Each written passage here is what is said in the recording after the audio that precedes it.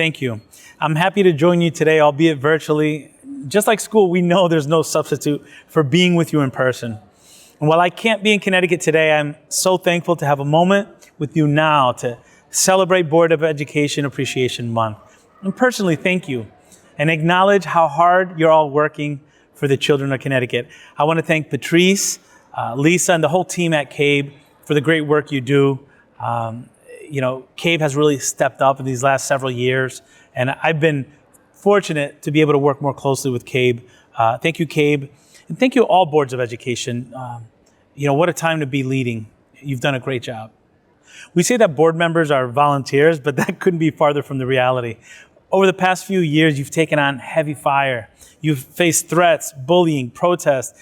You stay in the arena. You wear many hats and you roll up your sleeves to get to work for our schools and for our students.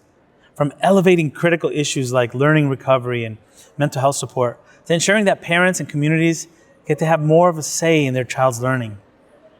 Your efforts in and for your communities make all the difference. Thank you for all you do.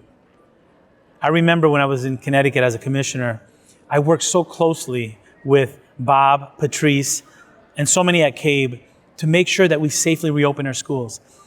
I think I saw them more than I saw my own kids during that time because we were on Zooms almost daily, and I counted on CABE as a critical partner.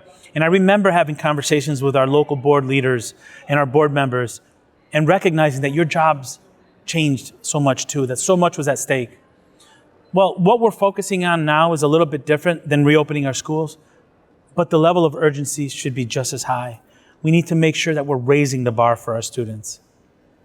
We don't have to build the system back the way it was before. Shame on us if we do. Let's raise the bar by looking at creative ways to give our students a more rigorous and comprehensive education. Let's raise the bar by boldly improving our children's learning conditions. Now is the time to make sure we address the teacher shortage in Connecticut and across the country. And we also have to make sure we're providing mental health supports in a way that's much better than we did before. Before, we only dealt with mental health after the trauma. Let's focus on Tier 1 mental health supports for all of our students. And let's raise the bar by strengthening the pathways our students have to rewarding lives and careers.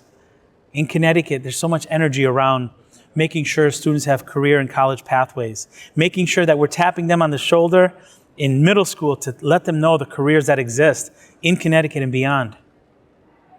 We have an opportunity to reimagine what our schools look like, what our high schools look like, with micro-credentials, internships. As board members, you're at the forefront of that. You're the leaders that are going to get that done. Now's the time to transform education for the better, to build strong systems that can make sure the progress we've made outlasts us in our current positions. With leaders like you, I have complete confidence that we can do it. You led us through a pandemic, and you're going to lead us as we reimagine education and raise the bar. Thank you.